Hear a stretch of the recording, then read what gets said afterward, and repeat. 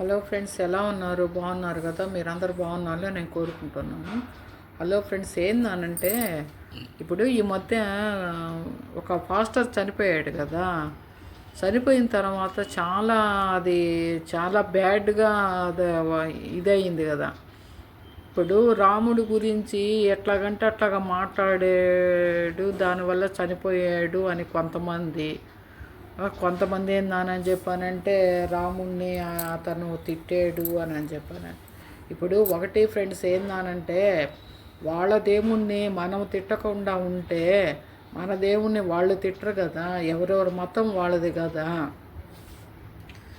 ఇప్పుడు మామూలుగా ఇండియా అని చెప్పానంటే అన్ని కులాలు మామూలుగా కంబైన్డ్గా ఉండేది కదా ఫ్రెండ్స్. ఏందానంటే ఇప్పుడు మామూలుగా మొన్న ఏదో సినిమా వచ్చింది చూడండి, నితిన్ది. India is my brothers sisters అని చెప్పానని మామూలుగా మనకు చిన్నప్పుడు మామూలుగా స్కూల్ స్టార్ట్ అయ్యేటప్పుడు ప్రేయర్ జరిగేది. అట్లాగా ఏందానంటే ఈ విధంగా ఉన్నప్పుడు దేవుణ్ణి నమ్ముకొని ఉండేవాళ్ళు చాలామంది ఉన్నారు కదా ఫ్రెండ్స్. ఏందానంటే దేవుడి గురించి అంత చెడ్డగా చెప్పి ఏందానంటే రాముడు గురించి ఏదో మాట్లాడాడు. నేనైతే వినలేదు ఫ్రెండ్స్. ఏందానంటే నేను అవి మళ్ళీ కూడా తిరిగి కూడా నేను చెప్పలేను దేవుడి గురించి అనానంటే. ఇప్పుడు రాముడు ఒక దేవుడా అని చెప్పానని ఆయన భార్య అని చెప్పానంటే సీతాదేవిని మామూలుగా ఆమె మహాసాధ్వి అని చెప్పానని ఇప్పుడు ప్రజలకి తెలిసే తతరాలు అది తెలిసేదానికే కదా ఫ్రెండ్స్. ఏందానంటే ఆమె అగ్నిలో దూకేందానంటే పునీతరాలైంది. అది ఇప్పుడు అది హైలైట్ చేసేదానికే కదా. ఇప్పుడు ఆయన కూడా ఏందానని చెప్పానంటే ఇప్పుడు నా భార్యని ఏందానంటే ఇట్లాగ వేరే విధంగా అనుకోకూడదు అని చెప్పనే కదా భగవంతుడు కూడా ఏందానంటే ఆమెని అగ్ని పరీక్ష పెట్టింది. ఇప్పుడు అగ్ని పరీక్ష చేసిన తర్వాత ఆమె చాలా పునీతరాలైంది, ఒక ఒక మహాసాధ్వి అని చెప్పాననేది మన తరతరాలు ఏందని చెప్పానంటే ఇప్పుడు చెప్పుకుంటా ఉన్నారు కదా. సీతాదేవి ప్రతివ్రత అని చెప్పానని అది తెలిపేదానికి కూడా భగవంతుడు అలాగా కూడా చేసి ఉండొచ్చు.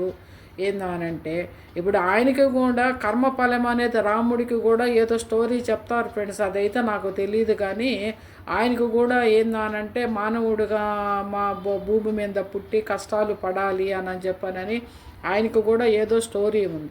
ఇప్పుడు మనము ఎన్ని బాధలు పడుతున్నామో చూడండి, మానవ జన్మ ఎత్తి ఏందనంటే ఇప్పుడు వాళ్ళ క్రిస్టియన్స్ని వాళ్ళని వీళ్ళు తిట్టడం ఎందుకు, వాళ్ళు వచ్చి మనల్ని తిట్టడం ఎందుకు? ఇప్పుడు దేవుడు భక్తి మీద ఉండేవాళ్ళు ఇవన్నీ ఇంటే ఏందానంటే మైండ్ ఏందానని చెప్పానంటే కొంతమందికి ఏందానంటే ఏంది వీళ్ళు అట్లా చెప్తున్నారు, దేవుణ్ణి కొలవాలా దేవుణ్ణి కొలవద్దా అనేది ఒకటి సంశయం అయిపోతూ ఉంది జనాలకి. అలా ఎందుకు ఏందానని చెప్పానంటే అది కూడా తప్పే కదా. ఇప్పుడు కొన్ని సమస్యలు ఏందానంటే భగవంతుడిని ఆ ముడుపులు కట్టుకొని భగవంతుడు తీరుస్తాడు అని చెప్పానని ఆ దేవుడి మీద భారం వేసి కొన్ని ముడుపులు కడతారు. కొన్ని ఏందనంటే భగవంతుడు నమ్ముకొని ఈ సమస్యను పరిష్కారం చేయి భగవంతుడా అని అనుకుంటారు. అట్లాగా అది జరిగితే ఏందనంటే భగవంతుడు చేశాడు అని చెప్పని నమ్ముతారు ఫ్రెండ్స్ సాధ్యమైనంత వరకు.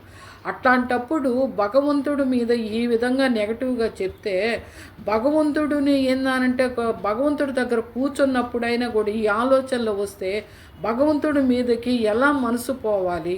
కొన్ని రోజులు ఏందనంటే బాబా దేవుడు కాదు ఆయన అనే చెప్పానని అసలు గుడే లేకుండా చేయాలని కొన్ని రోజులు పుకార్లు. ఇప్పుడు రాముడి మీద ఏందనంటే కొన్ని పుకార్లు ఇట్లాగా ఇప్పుడు ఆమె ద్రౌపది గురించి కూడా కొన్ని రోజులు ఏందనంటే 5 మంది భర్తలు, ఇప్పుడు 5 మంది భర్తలు అయినా కూడా ఆమె భర్త దగ్గరికి వచ్చేటప్పుడు ఆమె ఏందనంటే మళ్ళీ ఒక కన్యత్వం అనేది వహిస్తుందంట ఫ్రెండ్స్. అది అందరికీ సాధ్యం కాదు కదా. ఆమె ఏందానని చెప్పానంటే దేవుడు కాబట్టి ఆమెకి ఏందానంటే ఆ కన్యత్వం అనేది భర్త దగ్గరికి వచ్చేటప్పుడు ఆ 5 మంది భర్తల దగ్గర నుంచి భర్త దగ్గరికి వచ్చేటప్పుడు ఆమె కన్యత్వం వహిస్తుంది. మామూలుగా మా మానవత్వం ఎత్తిన వాళ్ళకి రాదు కదా అది. ఆమె దేవుడు కాబట్టే కదా అది వచ్చింది. ఎందుకు ఈ విధంగా పుకార్లు చేసి భగవంతుడిని కొలుచుకునే వాళ్ళకి ఏందనంటే ఈ నెగటివ్గా ఈ విధంగా చెప్పేందానంటే భగవంతుడి దగ్గరికి పోయినప్పుడు ఈ ఆలోచనలు వస్తూ ఉంటే భగవంతుడి దగ్గర మనస్ఫూర్తిగా దండం పెట్టుకునే దానికి కూడా ఏడుంది ఫ్రెండ్స్. ఏందానంటే ఇప్పుడు ఆయన దేవుడు కాదు అని చెప్పానంటే అంతలో రాక్షసుడిని ఆయన సంహరించాడు. మీరెవరైనా పోయి ఏందానని చెప్పి ఆయన దేవుడు కాదు అని అన్నారు కదా, మీరు పోయి సంహరించండి చూస్తాం. అట్లీస్ట్ ఏందానని చెప్పంటే ఒక పులిని చంపండి చూస్తాము. ఒక పులిని ఏందానని చెప్పి మీరు పోరాడి చంపండి, తర్వాత మాట్లాడతాం. అలా నెగటివ్గా చెప్పకండి ఫ్రెండ్స్, ఓకేనా?